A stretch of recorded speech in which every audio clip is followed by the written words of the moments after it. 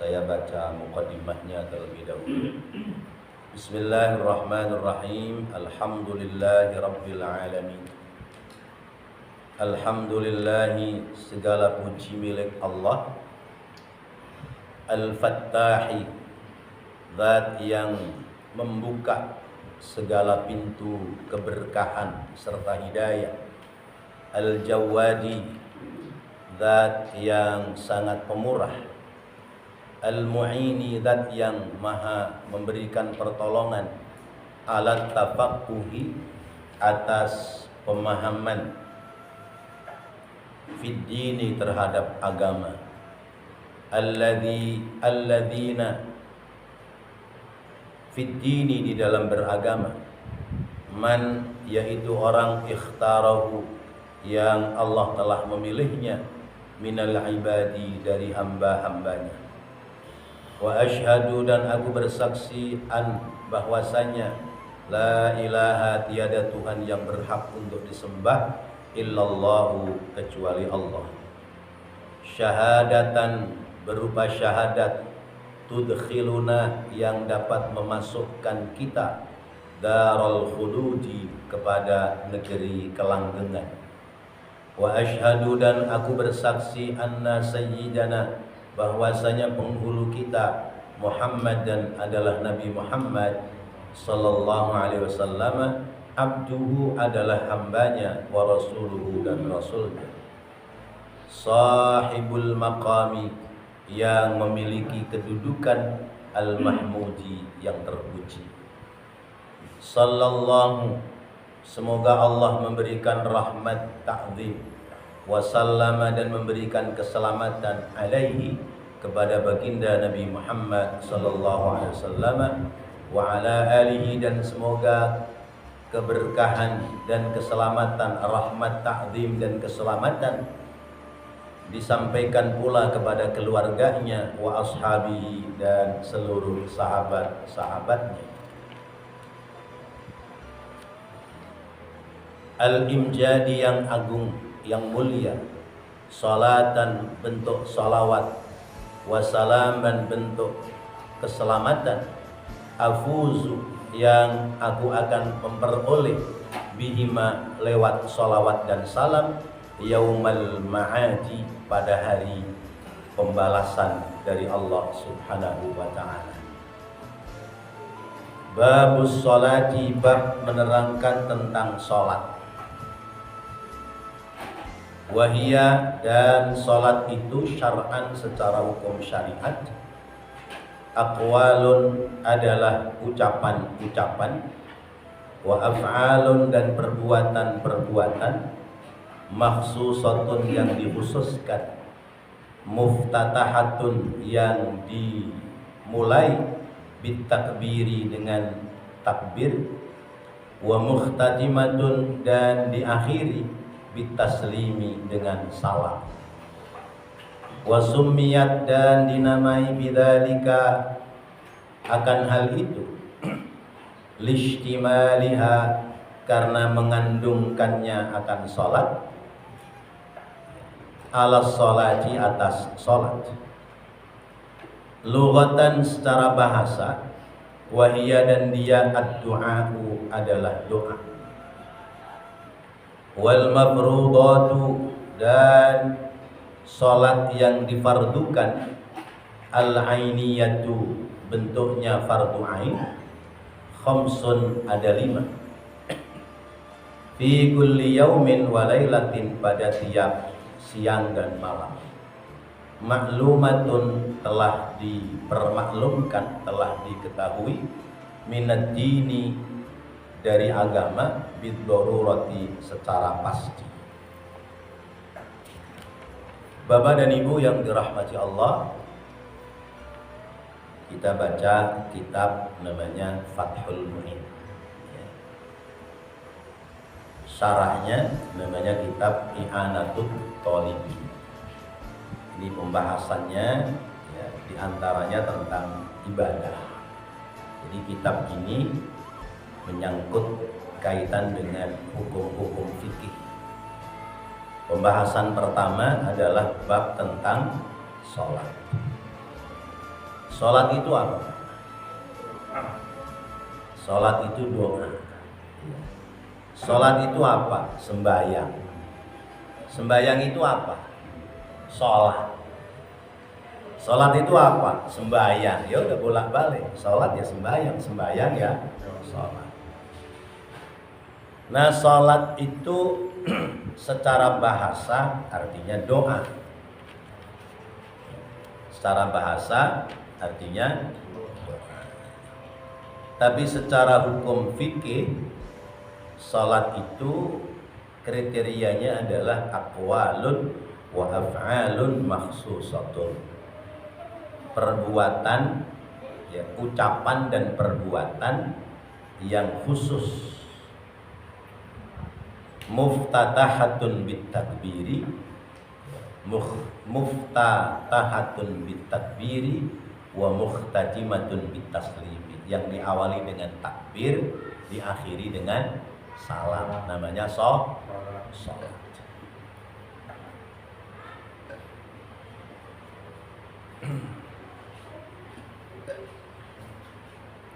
Dinamai itu karena mengandung di dalamnya pekerjaan ibadah.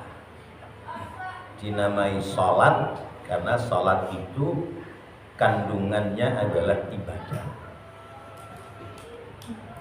Pekerjaan pada tahapan-tahapan pekerjaannya, sholat itu adalah doa.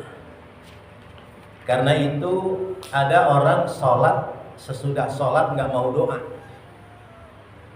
Sebab beranggapan bahwa sholat itu sudah doa. Masa sudah doa suruh doa lagi? Tetapi bahwa pekerjaan sholat itu doa terkait dengan yang ada pada ritual atau rutinitasnya sholat. Sementara di saat kita sholat, kita nggak boleh doa sembarangan. Kalaupun doa, ya bacaan-bacaan doanya maksusah, tertentu. Seperti misalnya dalam bangkit bangun dari rukuk itu, Sami Allahu liman hamidah.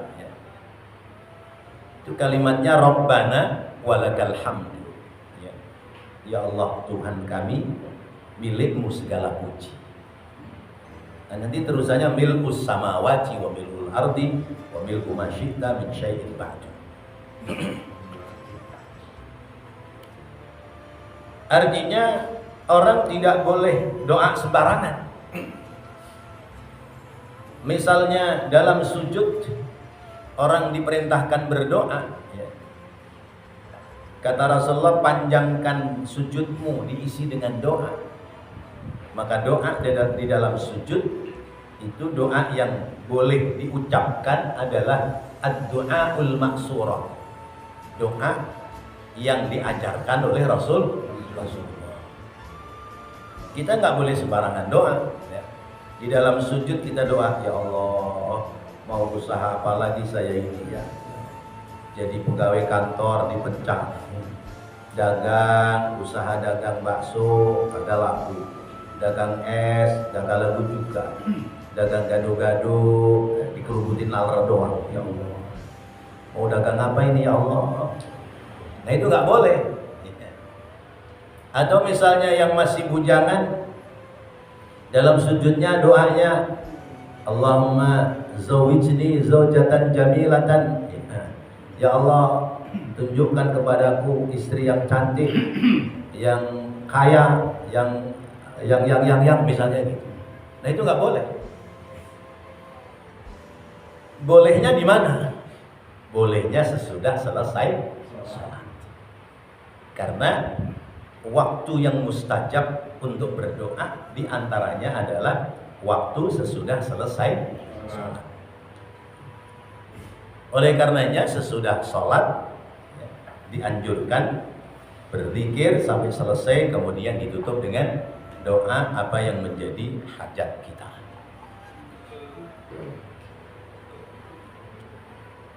Fayakfuru jahiduha, maka dianggap kafir, ya. Tarikus sholat, orang yang meninggalkan sholat, ya. Yang sholat itu sebuah kepastian dari Allah, lalu dia meninggalkan sholat, fayakfuru jahiduha, maka dia digolongkan menjadi orang kafir yang nyata. Walam tajtami' hadhihi al-khamsu li ghairi nabiyha li ghairi nabiyyina Muhammadin sallallahu alaihi wasallam. Dan salat 5 waktu ini lam tajtami', tidak dikumpulkan, ya, dan tidak dikerjakan selain daripada dikerjakan oleh Nabi kita Muhammad sallallahu alaihi wasallam dan umatnya. Umat-umat dahulu itu belum ada syariat sholat, ya, sebanyak 5 waktu dalam satu hari. Kalau nabi-nabi sebelum Nabi kita Muhammad ada sholat, ya, tapi sholatnya seperti apa? Yang pasti sholatnya berbeda dengan sholat yang diajarkan oleh Nabi kita Muhammad sallallahu alaihi wasallam. Rasulullah sebelum mendapatkan perintah sholat 5 waktu sudah sholat, tetapi pekerjaan sholatnya belum ada ketentuan kapan waktunya, kemudian berapa jumlah rakaatnya, belum ada. Tapi yang pasti bahwa Rasulullah sudah sholat sebelum diperintah untuk sholat. Wa furidat, dan diwajibkan, difardukan sholat 5 waktu itu Lailatul Isra'i, pada malam peristiwa Isra Nabi Muhammad sallallahu alaihi wasallam. Ba'dan nubuwati, sesudah kenabiannya, bi asyri sinina wa salasati ashhurin, yaitu sesudah Nabi diangkat selama 10 tahun 3 bulan. Berarti sebelum tahun ke-10 dan 3 bulan, sesudah diangkatnya Nabi menjadi seorang Rasul, belum ada perintah sholat.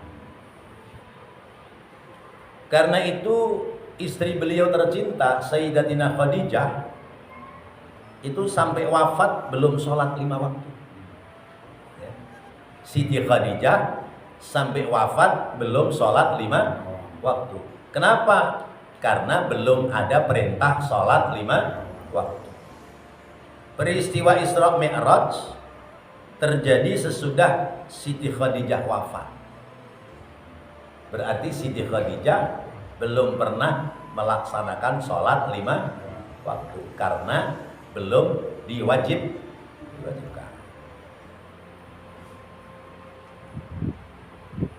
Kapan mulai diwajibkan? Yaitu semenjak malam peristiwa Isra Mi'raj, yaitu tahun ke-10 3 bulan, ya, sesudah kenabian. Lailatul sab'in wa 'ishrina min Rajabin, yaitu malam ke-27 Rajab. Walam tajib subha yaumin tilkal lailati, dan belum wajib, ya, subuh hari pertama malam itu, li'adamil ilmi bikaifiyatihima, karena belum adanya ilmu tentang tata cara sholat. Ini malam Isra Mi'raj, ya. Turun Isra Mi'raj, dapat perintah sholat 5 waktu. Subuh belum dikerjakan oleh Rasulullah. Subuh belum dikerjakan. Kenapa belum dikerjakan?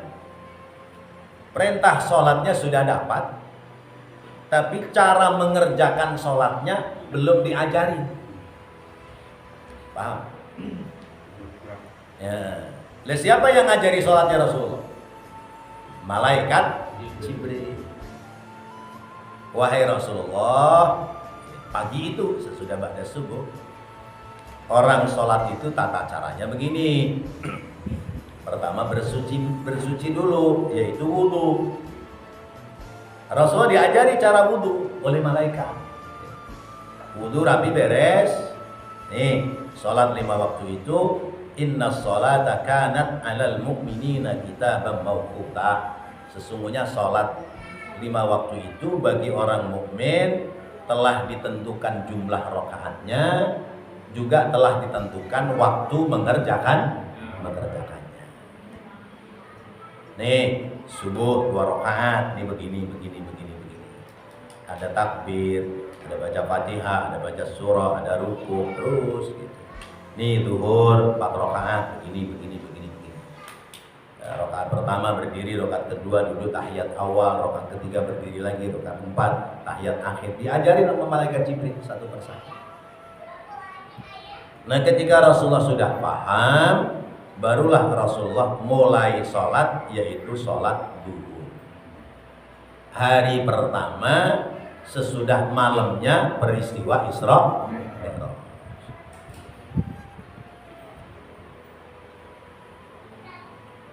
Orang yang tidak melaksanakan sholat, kalau dia mengaku orang Islam, maka dihukumi kafir juhud, kafir nyata. Kalau dia itu tidak percaya bahwa perintah sholat itu dari Allah, sehingga dia tidak mengerjakan, maka dia masuk golongan orang kafir. Halal dibunuh.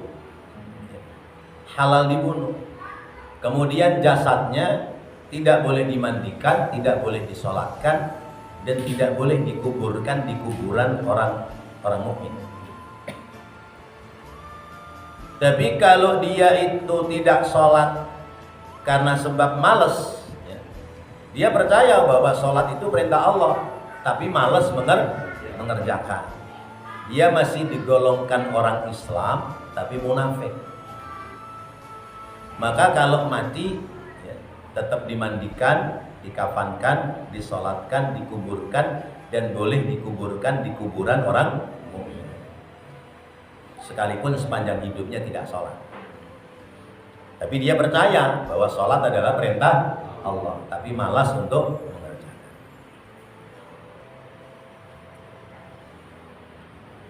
Innama tajibul maktubatu, sesungguhnya diwajibkan sholat 5 waktu. Ay as-salawatul khamsu, yaitu sholat yang 5 waktu. Ala kulli muslimin, atas tiap-tiap orang Islam, mukallafin, yang telah berkewajiban. Ay balighin, yaitu sudah baligh, aqilin, dan berakal sehat, zakarin, laki-laki, au ghairihi, atau selain daripada laki-laki. Tahirin, yang suci. Jadi sholat wajib atas tiap-tiap mukallaf. Mukallaf itu siapa? Orang Islam yang sudah baligh dan sehat akalnya. Berarti kita mukallaf apa bukan ini? Ada yang belum baligh? Ada yang belum disunat?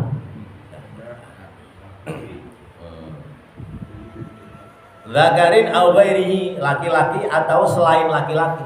Selain laki-laki apa aja? Perempuan. Laki-laki, perempuan, terus wandu. Wandu itu khunsa. Ya. Khunsa bukan bencong. Kalau bencong dia laki-laki, tapi barangnya dibencongin, ya, karena ingin jadi perempuan. Atau dia laki-laki karena ingin jadi perempuan, barangnya dipotong, ya, dipotong, dibelek alat kelaminnya jadi perempuan. Nah itu laki-laki. Sekalipun dia namanya diganti, ya, nama laki-lakinya Muhammad Badar, begitu jadi perempuan jadi Siti Badriyah misalnya, ya, tetap aja dia laki-laki. Kalau nanti saatnya dia meninggal dunia, harus dikembalikan kepada asalnya. Sekalipun misalnya sudah suntik payudara, ya, sudah potong alat kelamin, sudah dibuang cakunnya, ya, sudah dipanjangin rambutnya, sudah disuntik pinggulnya biar kayak perempuan, ya, jalannya lenggak-lenggok kayak perempuan, ya, suaranya udah kecil kayak perempuan, tetap aja sebagai kodratnya dia adalah laki-laki. Kalau nanti dia mati, siapa yang mandi? Laki-laki atau perempuan? Laki-laki. Karena kodratnya adalah laki-laki. Nanti kalau sudah dikubur, nisannya namanya laki-laki atau perempuan? Laki-laki. Kembali ke Muhammad Badar tadi. Kodratnya laki-laki. Sebab kalau tidak seperti itu repot.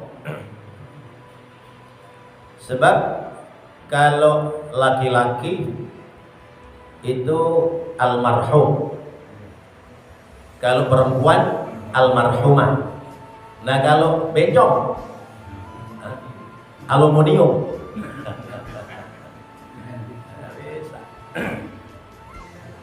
Ya seperti yang sudah terjadi siapa gitu, sekalipun dia sumpah-sumpah nggak terima kalau nanti yang memandikan orang laki-laki, tetap aja oleh keluarganya harus dikembalikan kepada kodratnya laki.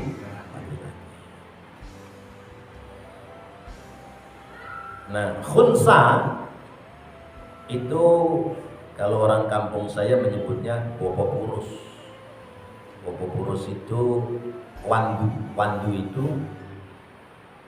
dia punya dua alat kelamin, tapi dua-duanya tidak normal, sehingga dia berubah-ubah.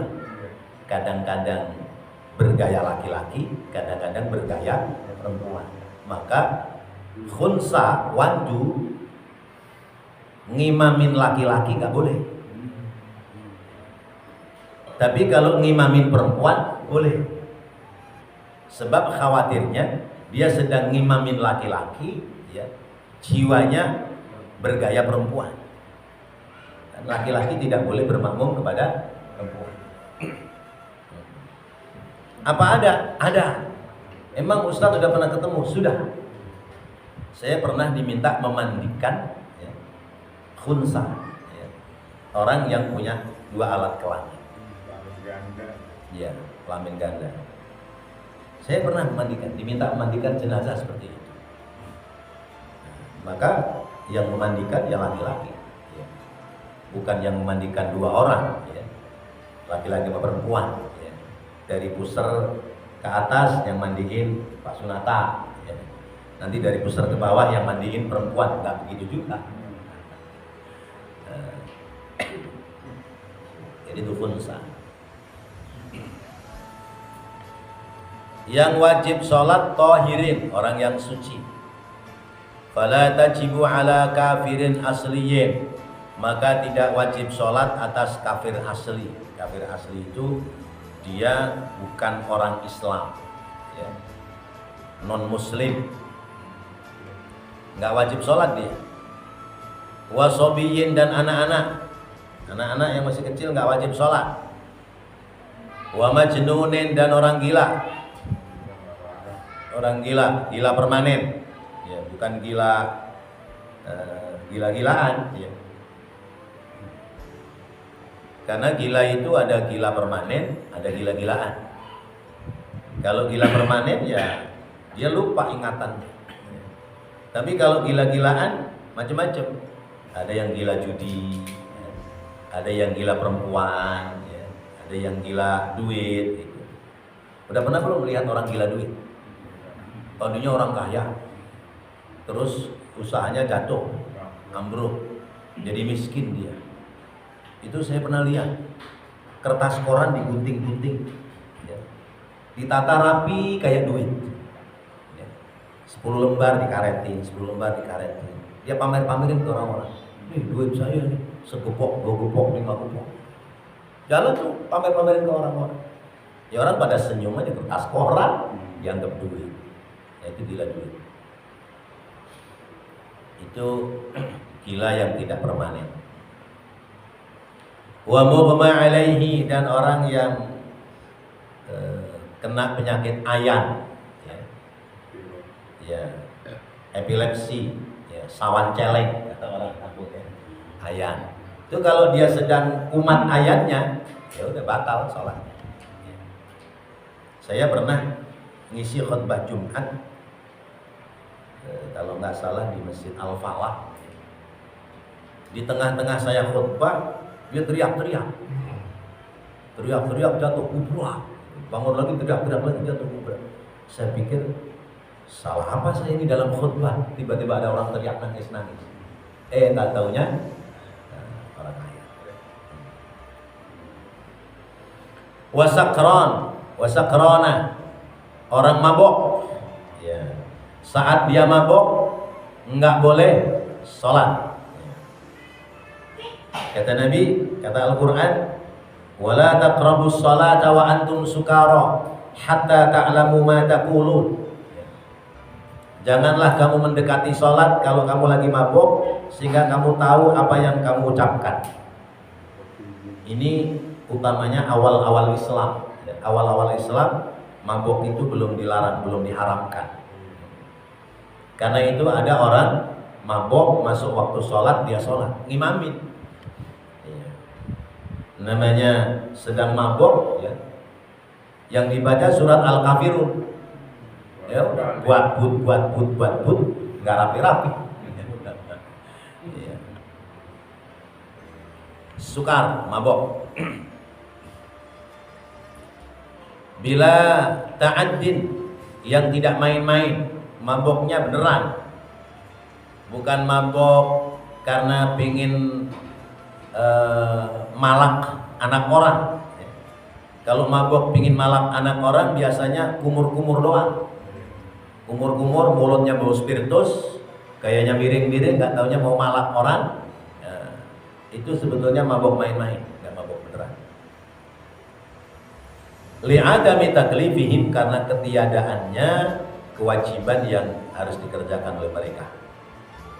Wala ala haidin, dan tidak wajib pula untuk sholat bagi perempuan yang sedang haid, wa nufasa'ah, dan perempuan yang sedang nifas. Nifas adalah darah yang keluar, ya, pasca melahirkan, itu darah nifas. Kalau haid, darah yang keluar tiap bulan, ya, perempuan yang masih subur. Kalau nifas itu menurut dokter itu adalah darah haid yang tidak keluar selama dia hamil dan melahirkan. Selama hampir 10 bulan dia tidak haid. Itu darah haidnya tertahan karena mulut rahimnya tertutup sehingga darah haid tidak keluar. Karena itu wanita nifas itu darahnya bisa gelondong-gelondong, ya, gelondong-gelondong, kayak darah sudah kering. Karena itu darah yang tertahan selama hamil. Li'adami sihhatiha minhuma, karena ketiadaannya sah untuk melaksanakan sholat bagi perempuan yang haid maupun yang sedang nifas. Wala qada'a alaihima, dan tidak diwajibkan mengqadha alaihima kepada wanita yang haid dan juga wanita yang nifas apabila meninggalkan sholat. Wanita yang sedang haid, ya, misalnya dia haid jam 12 kurang seperempat, ya, sudah haid, berarti dia tidak meninggalkan duhur karena keluar haidnya sebelum masuk waktu duhur. Tapi kalau 12:04 dia haid, sementara duhur 12:05, berarti dia punya hutang sholat duhur. Nanti kalau mampet qadha duhur, begitu. Atau misalnya perempuan mampet haid jam 5 sore, ya, berarti masih ada waktu asar. Kalau dia tidak segera mandi untuk sholat asar, mandinya nanti habis maghrib, berarti dia punya hutang sholat asar. Itu begitu. Maka perempuan kudu jeli, kudu teliti. Bal tajibu ala murtadin wa muta'addin bisukarin. Tapi wajib mengqadha ya, akan sholat yaitu orang yang murtad dan juga orang yang mabuk ya, main-main, mabuk main-main. Orang ini Islam ya, dari kecil sampai ya umur 20 Islam, sholat. Di usia 20 dia pacaran sama non muslim. Akhirnya kebawa agama non muslim. Ya, masuk agama pasangannya. Ya, laki-laki dengan perempuan. Usia 20 nikah ya, keluar dari Islam. Kemudian sesudah 10 tahun ditinggal sama suaminya. Ya, suaminya kawin lagi sama perempuan lain. Dia nyesel, dia ingin balik ke Islam. Orang murtad kembali ke Islam, maka dia wajib mengqadha sholatnya selama dia murtad. 10 tahun misalnya dia ninggalin sholat, maka sholatnya didobel selama 10 tahun. Karena dia pernah menjadi orang muslim.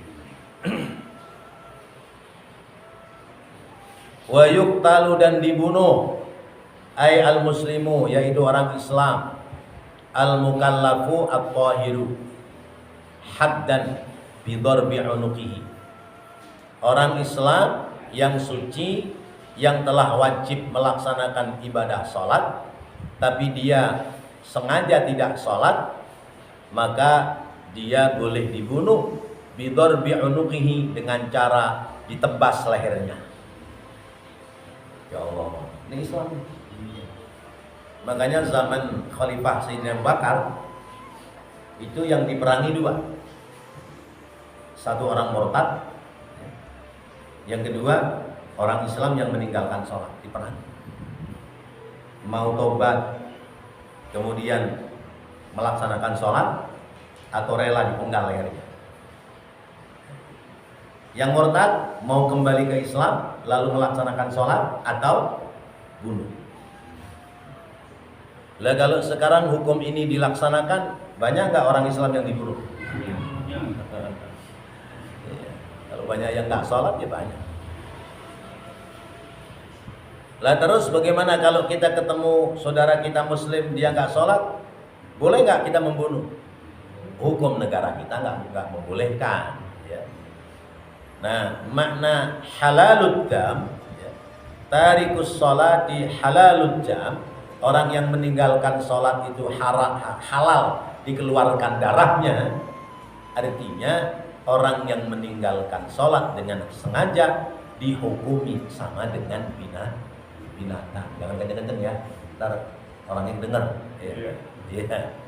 Orang yang meninggalkan sholat dengan sengaja dihukumi sama dengan binatang, karena yang boleh disembelih adalah binatang. Kita aja yang dengar lah, ya. Yang lain jangan pada dengar. In akhrajaha, apabila dia meninggalkan sholat, ay al-maktubata, yaitu sholat fardu, amidan, dengan sengaja, an wakti jam'in laha, atas waktu yang boleh menjamak pada pekerjaan sholat, in kana kaslan, apabila dia malas, ma'atiqadi wujubiha, tetapi dia masih meyakini tentang wajibnya sholat.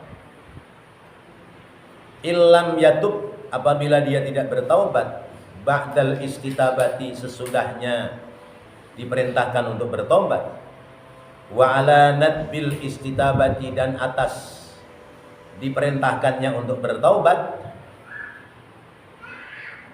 la yatmanu, maka tidak dikenai pidana, tidak dihukumi dosa, man qatalahu, orang yang membunuhnya, qabla taubati, sebelum dia bertaubat. Lakinnahu, akan tetapi baginya ya'samu, dikenakan sanksi dosa. Orang Islam dia tidak sholat, kewajiban kita adalah mengingatkan supaya dia bertaubat. Lalu kemudian janji tidak meninggalkan sholat. Kalau dia tidak mau kemudian dibunuh, maka yang membunuh tidak terkena sanksi. Sanksi hukum agama ya, bukan hukum negara. Ya, sanksi hukum agama. Tapi kalau dia belum nyuruh taubat, ya, tahu-tahu datengin rumahnya, main bacok lehernya, meninggal, maka dia harus bertaubat dan dia berdosa kalau tidak bertaubat. Orang yang membunuh menjadi berdosa. Kenapa? Karena belum mengingatkan. Wa yuqtalu kufran in tarakaha jahidan wujubaha. Nah. Dan boleh dibunuh apabila orang itu meninggalkan sholat karena tidak percaya wajibnya sholat. Jadi ada dua nih. Orang yang meninggalkan sholat itu, pertama, orang itu tidak percaya bahwa sholat itu perintah Allah, maka dihukumi kafir. Kalau dia mati nggak boleh dimandikan, nggak boleh disolatkan, nggak boleh dikuburkan di kuburan orang mukmin. Yang kedua, orang ini tahu bahwa sholat itu wajib, tapi dia tidak mengerjakan. Alasannya malas. Maka orang ini tidak dihukumi kafir. Di lingkungan kita yang banyak yang mana? Yang model pertama apa yang model kedua? Yang model kedua. Iya. Tidak sholat karena malas. Padahal seberapa beratnya sholat? 5 menit dikerjakan juga selesai. Dan sholat itu wajib. Wajibnya wajib mutlak. Wajib mutlak itu tidak bisa diganti dengan apapun. Iya. Beda dengan wajib muqayyad. Wajib muqayyad itu ada syarat. Haji wajib nggak? Wajib. Haji wajib. Iya. Tapi bagi orang yang mampu. Berarti kalau belum mampu wajib nggak? Belum wajib. Ya, sampai dia mampu. Sholat wajib nggak? Wajib. Ada nggak kalimat harus mampu sholat? Kalau nggak mampu sholat nggak wajib? Nggak ada. Nggak ada. Mampu kayak nggak mampu kayak. Kalau sudah balik, laki-laki sudah 11 tahun, ya, sudah lewat 11 tahun, perempuan sudah lewat 9 tahun, maka baginya sholat itu menjadi wajib. Dikerjakan berpahala, ditinggalkan berdosa. Itu namanya hukum wajib. Dan wajibnya wajib ain, ya, wajib atas perorangan, itu wajib ain. Beda dengan wajib kifayah. Wajib kifayah itu wajib kelompok. Kalau sudah ada yang mengerjakan, yang tidak mengerjakan itu menjadi gugur kewajiban. Seperti sholat jenazah, ya. Tapi kalau sholat fardu 5 waktu, kalaupun sudah ada yang mengerjakan, orang lain tetap dia punya kewajiban.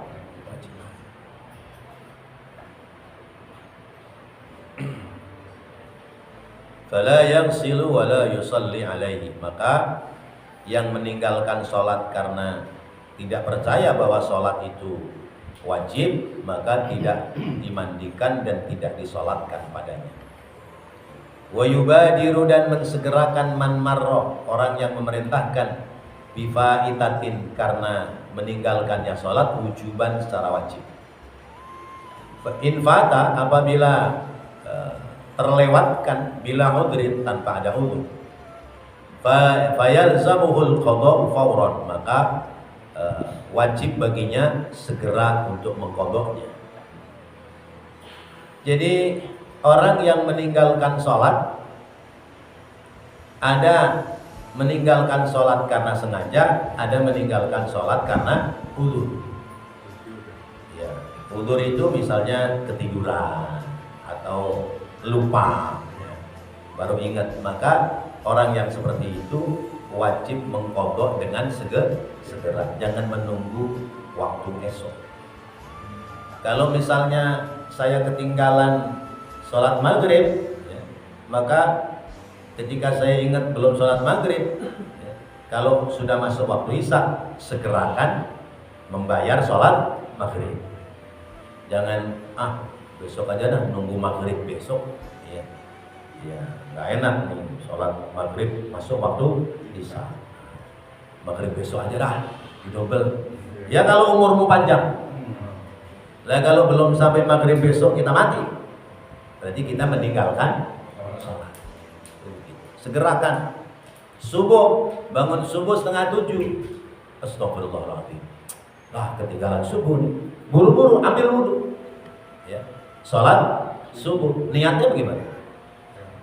Usolli fardhu subhi raka'ataini mustaqbilal qiblati kawanan lillahi. Kawanan wong Jawa ya. Kesianan ya. Qadhaan lillahi. Kawanan kesianan. Qala Syekhuna Ahmad Ibn Hajar rahimahullahu taala, berkata guru kami ya, Imam Ahmad Ibn Hajar, walladhi yadharu annahu yalzamuhu, dan orang yang terang-terangan bahwa dia meninggalkan salat, yalzamuhu, wajib baginya sarfu jami'in zamanihi, sarfu jami'in zamanihi lil qada'i ma ada ma yahtaju li sarfihi. Dan orang yang terang-terang dia meninggalkan sholat, maka wajib baginya untuk mensegera mempergunakan waktunya lil qada'i, untuk mengqadha ma ada ma yahtaju li sarfihi, selain daripada apa yang diperlukan untuk menggunakan waktunya. Fima la budda lahu minhu, ya, selama diperbolehkan baginya. Jadi selama ada waktu, gunakan waktu itu untuk mengqadha sholat yang tertinggal.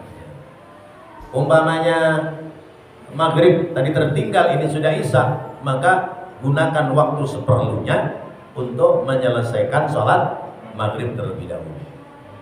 Nah, kalau ingatnya waktu isyanya sudah mau subuh, maka gunakan dulu sholat isya, karena khawatir begitu mengqadha maghrib tahu-tahu masuk waktu subuh, berarti kehilangan dua waktu.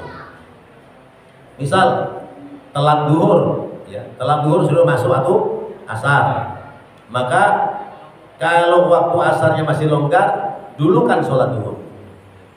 Tapi kalau asarnya udah 6 kurang seperempat, ya, baru ingat mau sholat asar masuk duhur, kerjakan dulu sholat asar, baru kemudian mengqadha sholat duhur.